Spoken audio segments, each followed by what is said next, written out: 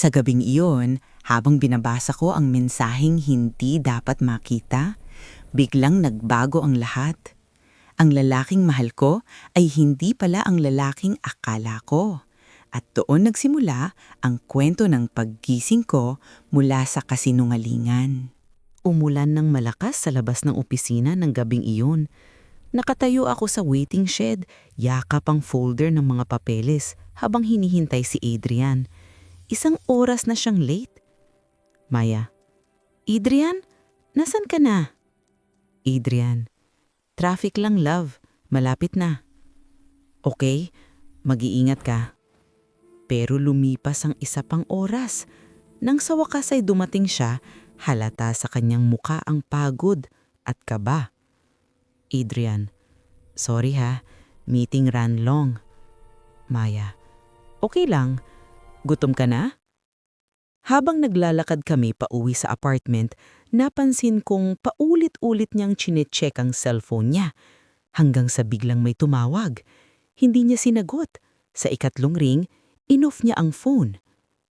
Maya, sino yon? Adrian, spam call lang. Sa loob ng apartment, naligo siya agad. Naiwan sa mesa ang cellphone niya. Naka-unlock. Hindi ako nakikialam ng phone ng iba, pero parang may pumipilit sa akin. Isang pangalan ang bumungad sa screen. Veronica, miss you. Kailan mo ako ulit makikita? Namlamig ang buong katawan ko. Maya, Adrian, ano to? Lumabas siya ng banyo, natigiran. Maya, hindi yan ang iniisip mo. So ano to? Workmate? Kaibigan?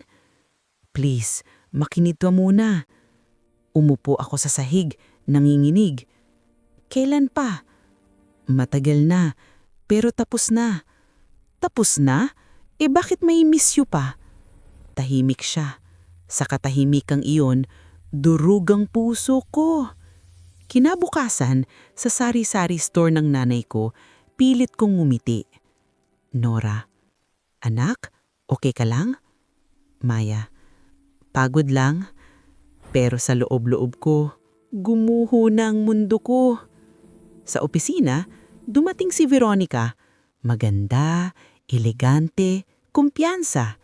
At doon ko nakita, siya ang babaeng nasa phone ni Adrian. Veronica, hi, ikaw si Maya, di ba?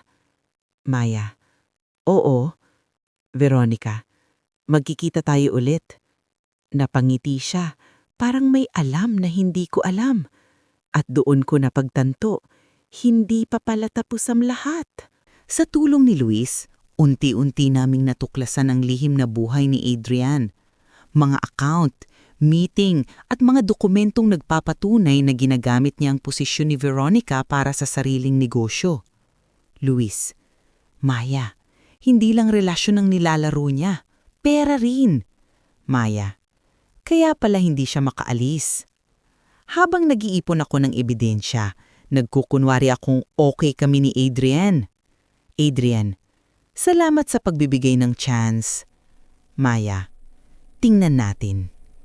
Isang gabi, nakita ko sa laptop niya ang mga files, transaksyon, lihim na kontrata, at mensaheng nagpapatunay ng panlilinlang nila.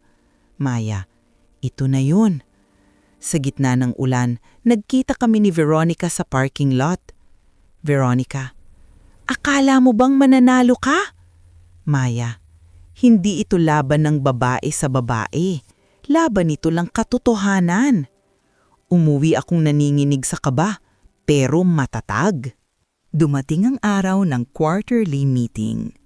Buong opisina ang nandoon. May gusto po akong ipakita. Maya, huwag. Anong ginagawa mo?